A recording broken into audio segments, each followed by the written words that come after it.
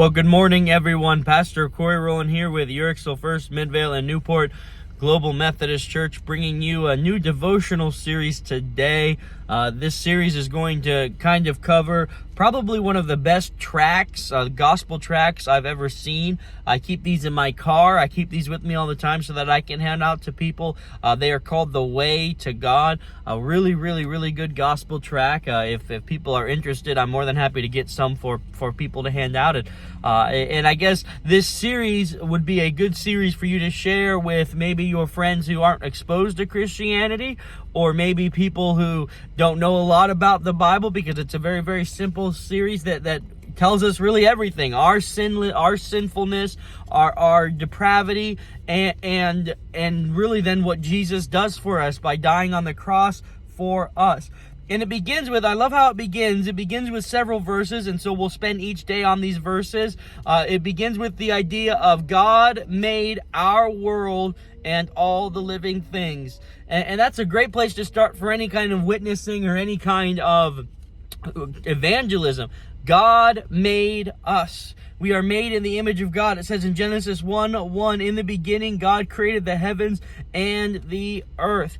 Now that is a profound statement. In fact, it has become more profound as time goes on, because we have an earth and a creation that is trying to rebel against its creator, one that wants to deny that it's ever been created by a creator. We are living in a society today where we think the greatest and the best explanation for how things are created is chance.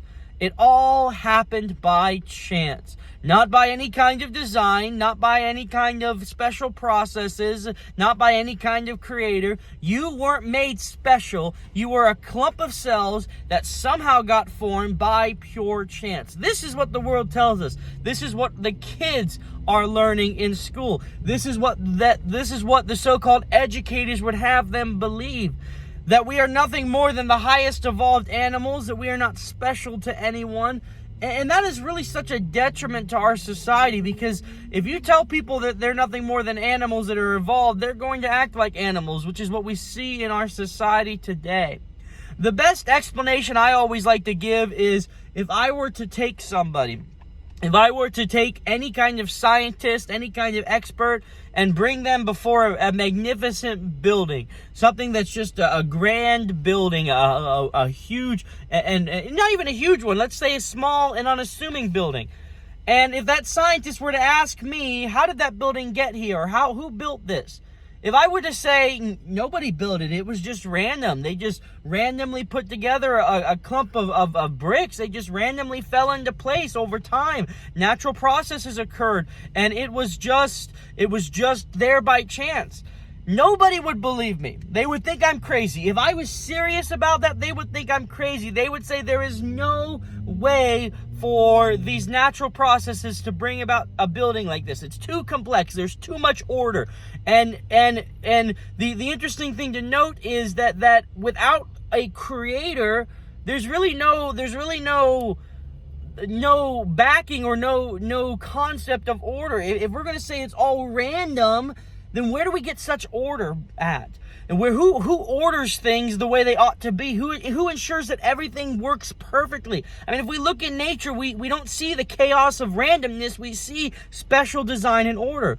And so if I were to say that this building, this car that I'm in, if I were to say that it is just random chance, they would say I'm crazy. It's too complicated.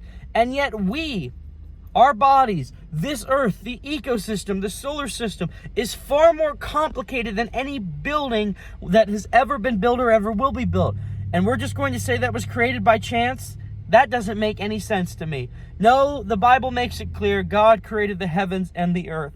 And so that will be our starting place for this series. Amen.